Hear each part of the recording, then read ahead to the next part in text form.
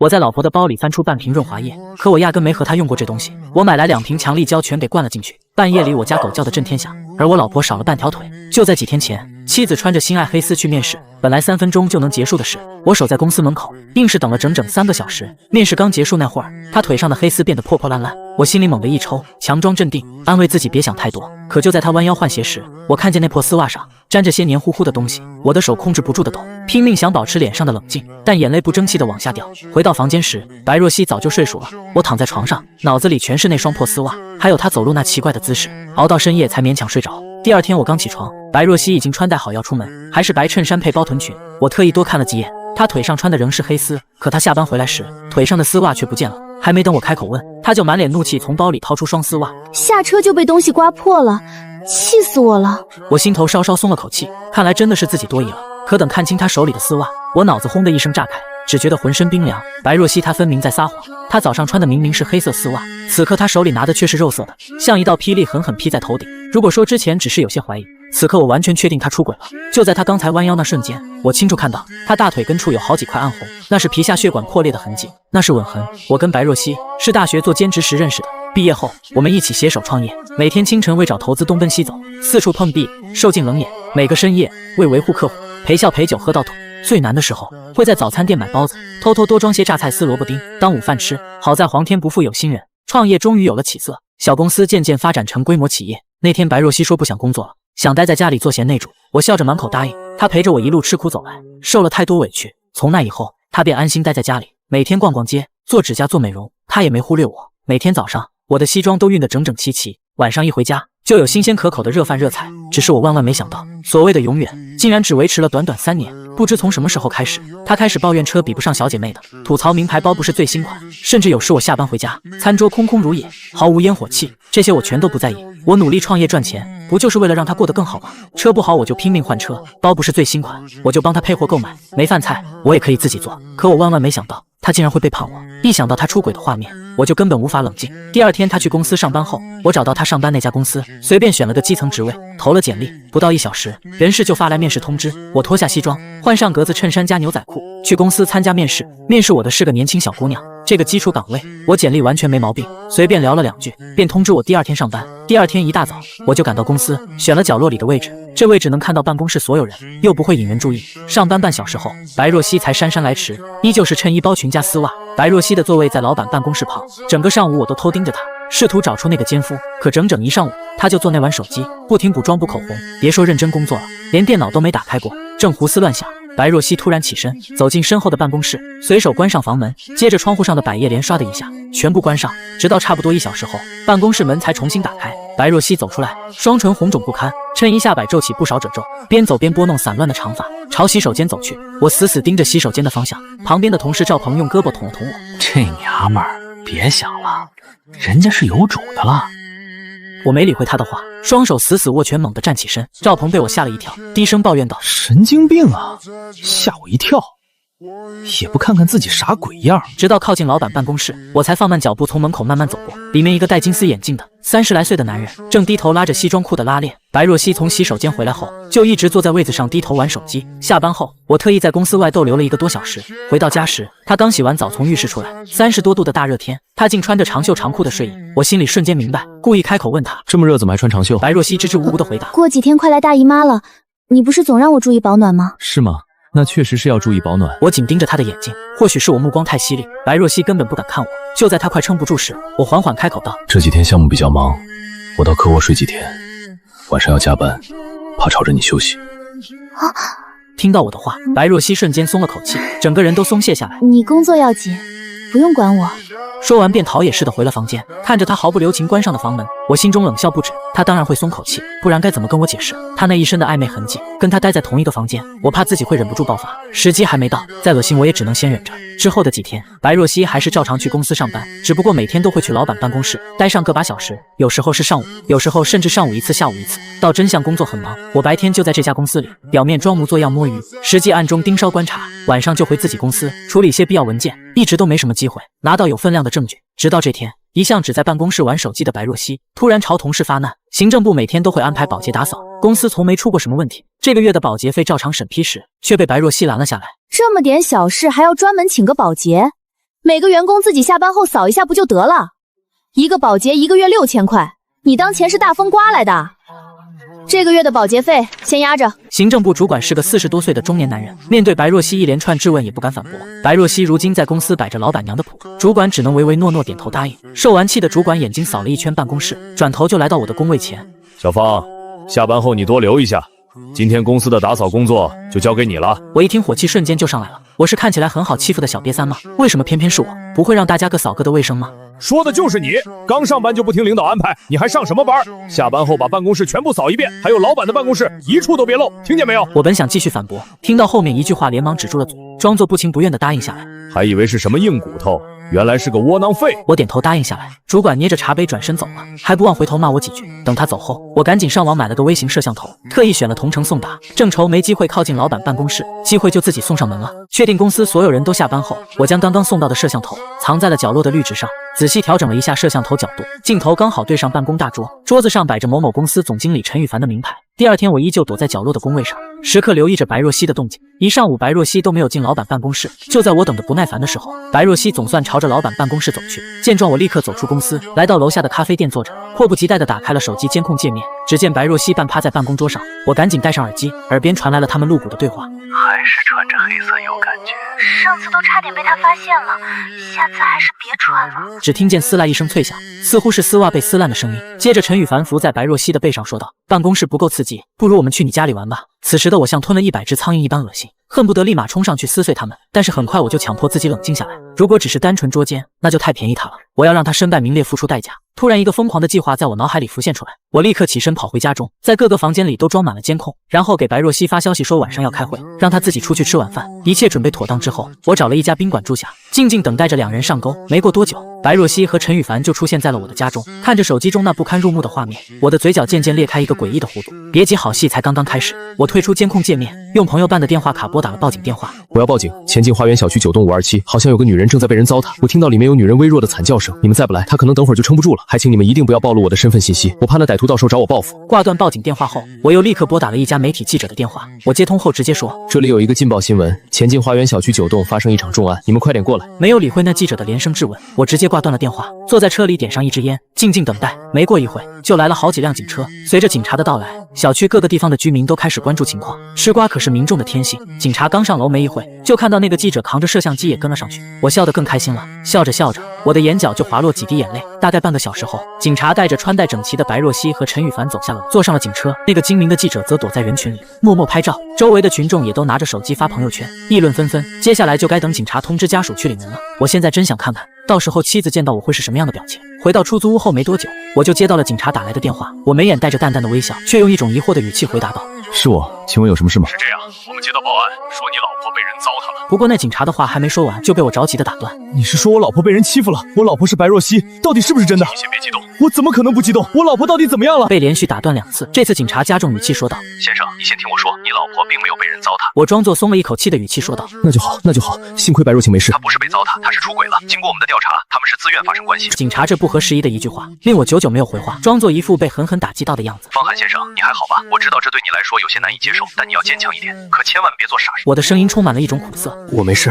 只是这消息来得太突然了，我要好好消化一下。对了，这件事你没有告诉我岳母岳父吧？他爸妈都已经50多岁了，身体不太好，可能经不住这样的打击。抱歉，我已经给2老打电话了，他们现在就在过来的路上。我现在马上也过去。说完这句后，我就挂断了电话，随手扔下手机，躺在床上。白若曦，我看你怎么面对你的爸妈。冷笑一声后，我开始思考一会该用什么态度面对他们。一直到晚上12点，我才收拾东西赶往警局。刚下车，我就做出一副焦急万分的样子，冲进派出所，神态之中带着压抑的愤怒。白若曦眼神空洞地坐在椅子上，看到我的瞬间，她羞愧地低下了头。之后与警察韩刚交涉一番后，我才缓慢地走到妻子身边，轻轻握着她的手。白若曦想躲开，但被我紧紧抓住。我轻声质问道：老婆，难道我对你还不够什么？难道我对你还不够好吗？白若曦躲避着我的目光，只能沉默不语。我还想说什么，突然手机响了，看了一眼来电显示后，我对着白若曦说道：咱爸妈打来的电话，你可以不说实话，但还是想想怎么去跟2老解释吧。说完，我走到一边开始接电话。什么？爸怎么心脏病又犯了？我在警局，我这就带着白若曦过去。我转头看着白若曦，还愣着干什么？走啊！你爸都被你气进医院了。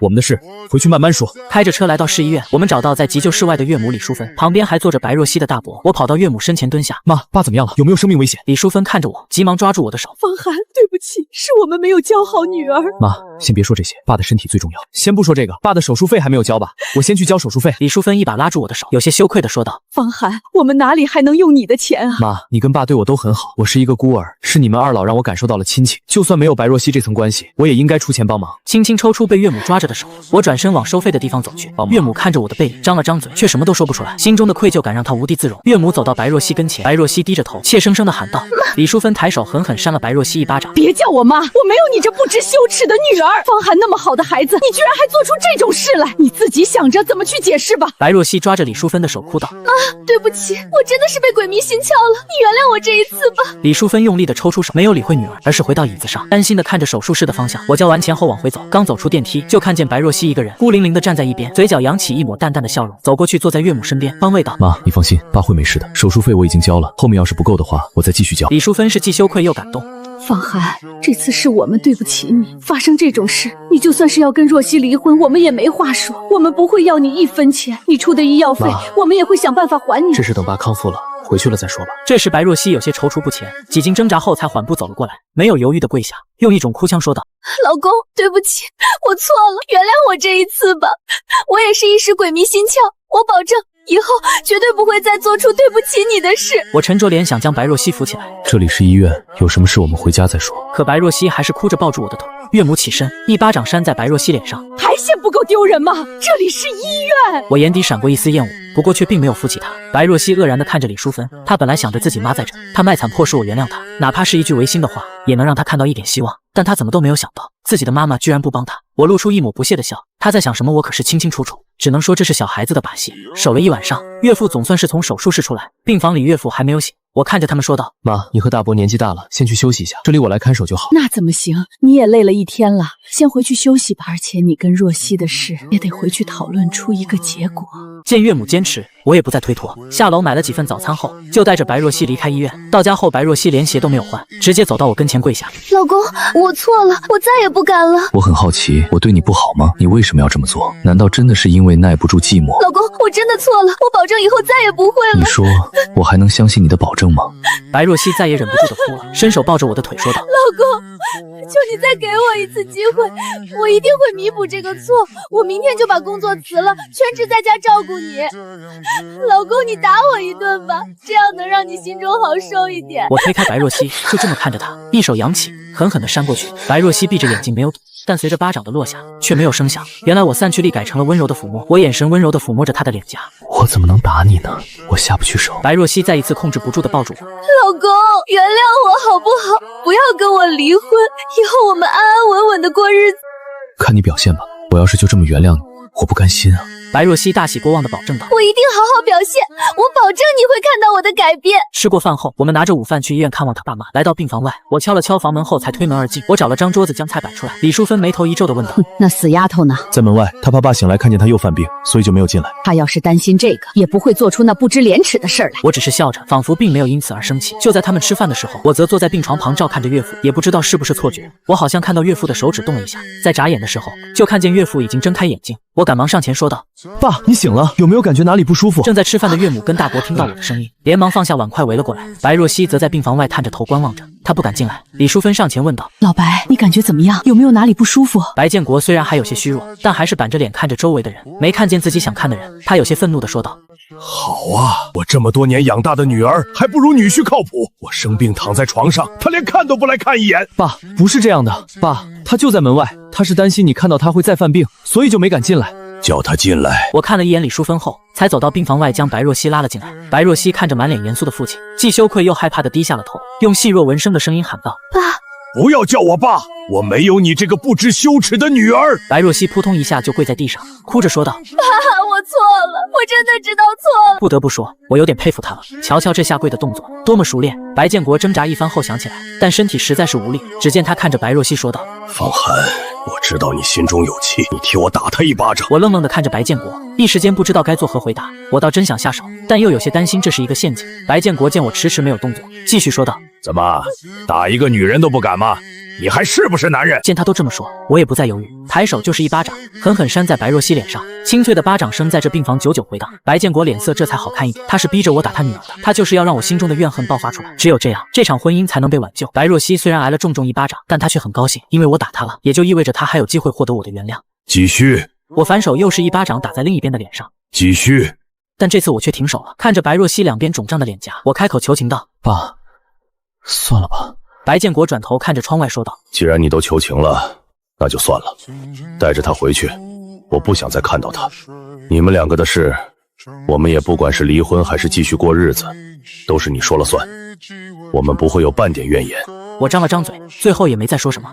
爸，你好好休息，有事随时叫我。说完就带着白若曦离开病房，白若曦跟在我后面，乖巧的像个孩子。以前我们一起走路，从来都是并肩或者白若曦走在前面，这次却是白若曦走在后面跟着。这个家的地位已经发生改变。白若曦回到家后就开始打扫卫生，她不敢让自己闲着，她要努力表现自己的作用，但她也不敢去打扰我，生怕自己又惹到我不高兴。其实只要白若曦现在提出离婚的话，我后续的计划也得不到施展。但可惜她没有面对娘家那群亲戚指责的勇气，她不想离婚，我已经是她能抓住的最后一个稻草。她刚刚也翻了一下新闻跟网络，现在她可以说是在南城出名了。她现在所面临的道德谴责，足够毁了她的人生。白若曦现在只能躲在我身后苟延残喘。我看着忙碌的白若曦，嘴角勾起一抹冷笑，像是使唤佣人一般使唤道：“去给我倒杯茶过来。”白若曦赶忙放下手里的活，去给我倒茶。现在她只能尽量哄着我，不让我提出离婚。随后我打开网络开始浏览信息，刚一进去就刷到昨天晚上发生的事。到下面评论区扫了一眼后，看到是一片骂声，我也就放心了。晚饭好了，吃过后我开着车去医院送饭。这次我没有再带白若曦，现在也是时候给她留一点独处空间了。透过监控看，白若曦一个人抱着腿在沙发上，手机发着微光，显然是在看手机。不过她没看一会就抱头痛哭起来，我知道她是在看网上那些视频跟谩骂。这就崩溃了，这才哪儿到哪儿啊！我冷笑一声后关掉手机，专心开车来到医院，陪着白若曦父母吃过饭后，岳父白建国低声的说道：“我现在身体也恢复的差不多了，也不能一直在这麻烦你。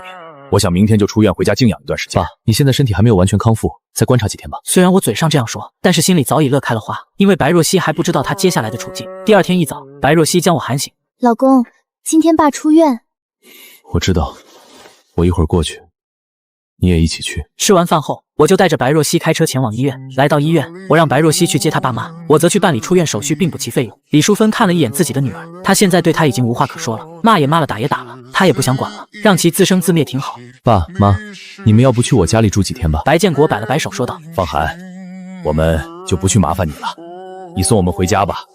家里这几天都没有人住，那些猪鸡总不能麻烦你大伯去喂吧？”我见他都这样说了，也没有再劝，开着车就出城往老家的方向开去。白若曦坐在副驾驶看着窗外，眼中闪过一丝恐惧。如果说她现在最怕的是什么，那一定就是回老家。她甚至都能想象到老家那些亲戚邻居看她的异样目光。白若曦转头看着我，眼中带着哀求，她在哀求我不要久留，她真的怕了。对于白若曦的目光，我也没有无视。我知道有些事情逼急了会适得其反，兔子逼急了还咬人呢。走过一段坑坑洼洼的乡村路段后，我眼前就出现一个村子，这就是白若曦爸妈住的地方——白家村。这白家村住着的大部分人都姓白，基本上都沾亲带故。将车停好后，已经围上来一群半大孩子。我下车给了一些糖果，才将那些小屁孩打发走。方涵哥哥，我听妈妈说白若曦姐姐出轨了，什么是出轨啊？一个小屁孩拉着我的衣角问道。我脸色微沉，但还是蹲下身来说道：“小屁孩，你问那么多做什么？再问，信不信我把你手里的糖果抢回来？”不要，方涵哥哥，你不能耍赖，都已经给我了，你不能要回去。那小孩连忙把手里的糖果塞进嘴里跑走了。因为车窗没有关，那小孩的话白若曦听得清清楚楚，那充满童真的声音更是让白若曦羞愧的抬不起头，她整个人缩在椅子上瑟瑟发抖。现在知道丢脸了，早干嘛去了？白建国骂道。白若曦连回话的勇气都没有。这时我打开车门说道：“爸，来，我扶你下来，小心点。”将爸妈接下车后，我走到副驾驶，敲了敲车窗，去做饭，爸妈还没有吃早饭呢。白若曦摇着头祈求地看着我，她真的一刻都不想待在这里。怎么？你还想让妈自己去做饭？白若曦十分不情愿地下车。回家之后，她就一头扎进厨房不出来。白建国夫妻到家的消息已经传遍全村了，关系比较近的亲戚都过来看望，其中还有一些专程过来看热闹。一大群人围着桌子喝茶聊天，当然他们也不会明着说那些敏感的问题，只是看向我的眼神多多少少带着一些怪异。但他大姑却率先试探道：“方涵，你是怎么个想法呀？”大姑，你就不要问了，给我留点面子。这时岳父白建国不轻不重地敲了一下桌子：“姐，要不今天你们都回去吧，我这身体也才刚好，等过几天我再去拜访你。白建国已经下逐客令了，其实也是时候，这头一旦开了，这一大群人你一嘴我一句可不得了，到时候还不知道会冒出什么难听的字眼。其他人也是纷纷起身说道：“那我们先走吧，改天再来看你。”白若曦是等人走完了才端着饭菜出来，其实这些他早就做好了，就是因为外面人多，他才躲着没有出来。白建国看着白若曦，顿时就黑了脸，拍着桌子狠狠地骂道：“怎么，你还有脾气了？做了这种不知羞耻的事，我怎么生出你这样的女儿？”爸，消消气，我这就带她走。这饭要是不吃，真要把白若曦逼急了，他一走了之可就不好了。我之后的计划还得靠岳父岳母来传递消息，只有慢慢来才能让他精神崩溃，一旦操之过急，只会出现反效果。随后我就起身告别。爸妈，我先带白若曦走了，你们有事随时给我打电话。白若曦几乎是逃一样的跑上车，她感觉再在这里待下去，她一定会疯掉。白建国看着白若曦的样子，又是脸色一黑。不过这次他看在我的面子上没有发作，只是看着离开的车子，开着车走在回家的路上。我似有些烦躁地瞥了一眼白若曦，别哭了。白若曦也不想哭，但一想到刚刚在爸妈家里所面对的异样眼光，她的抽泣声就止不住。我喜欢这声音，喜欢她哭，她哭得越狠，我就越开心。回到小区，我刚刚停好车，下车就听见有人叫我：“方涵，过来，我有事找你。”我缓步走过去。张阿姨，你有什么事吗？方涵，你什么时候离婚啊？到时候阿姨我给你介绍个女朋友，你放心，我给你介绍的女孩绝对品行端正，比某些人不知道强了多少倍。我装作一副不好回答的样子，眼神的余光却瞥向白若曦的方向。我要好好欣赏白若曦的反应。白若曦站得不远，所以张翠花的话她自然也听见了。她很愤怒，咬着嘴唇，敢怒不敢言。我现在就是她的救命稻草，怎么可能让人将我抢走？同时她心里也生出一股危机。我很优秀，这点毋庸置疑，她现在根本就留不住这么优秀的人，所以她慌了，她必须要有动作。白若曦走过来，静静地站在我身后，来表达自己的存在，但她不敢插话，因为她知道一旦插话，可能就要同张翠花吵起来。她怕自己在方涵心中的地位再次下降，本来就不多的地位，要是因为一次吵架直接没了，她得哭死。我转头看了一眼白若曦道：“张阿姨，这是我的私事，就不劳你费心了。”张阿姨看了一眼白若曦，毫不避讳地说道：“怎么，你不打算离婚吗？你老婆做出这种事来，难道要忍着吗？”白若曦嘴唇都咬出血，但她一句话都不敢说。我脸色一黑：“张阿姨，没事，我就先回去了。”回到家里，我躺在沙发上，点上一支烟。我现在很平静。白若曦回到家，连鞋都没有换，直接走到我跟前跪下。她低着头没有说话，也不敢说话。她知道我现在很生气，现在她无论说什么都可能会触怒我。吐出一口烟雾说道：“你这是什么意思？”白若曦咬着牙，低声下气地说道：“老公，我知道我让你蒙羞了，我对不起你，你打我吧。”我用一种嘲讽的语气说道：“蒙羞？是啊，你让我蒙羞了。你知道这几天我出门，那些邻居都是用什么样的眼神看我吗？知道在你家的时候，你的亲戚又是用什么样的眼神看我吗？是怜悯，是同情。我是一个男人，是最不需要这些东西的。”白若曦再也忍不住地哭了，伸手抱着我的腿哭道：“我都知道，我知道，老公你打我吧，我知道是我错了，你打我一顿吧。”白若曦卑微地哀求着。看着白若曦这副模样，我心中的怒气竟不自觉地消散了一些。原本我是打算回来好好教训她一顿，但看到她现在这样，我又提不起手来。一旦动手，她或许会松一口气，认为这样就能一笔勾销。我拿过白若曦手中的晾衣杆，扔到一边，不再理会她，径直走进卧室。白若曦呆愣地跪在地上，双眼空洞地望着前方。有时候一个冷漠的动作，一句无情的话语，比肉体上的伤害来得更加痛。白若曦现在就深刻体会到了这种痛，那种冷漠几乎让她崩溃。她坚持不住了，她想要离婚，必须离婚。白若曦爬起来，疯了似的跑上卧室。方涵，我要跟你离婚。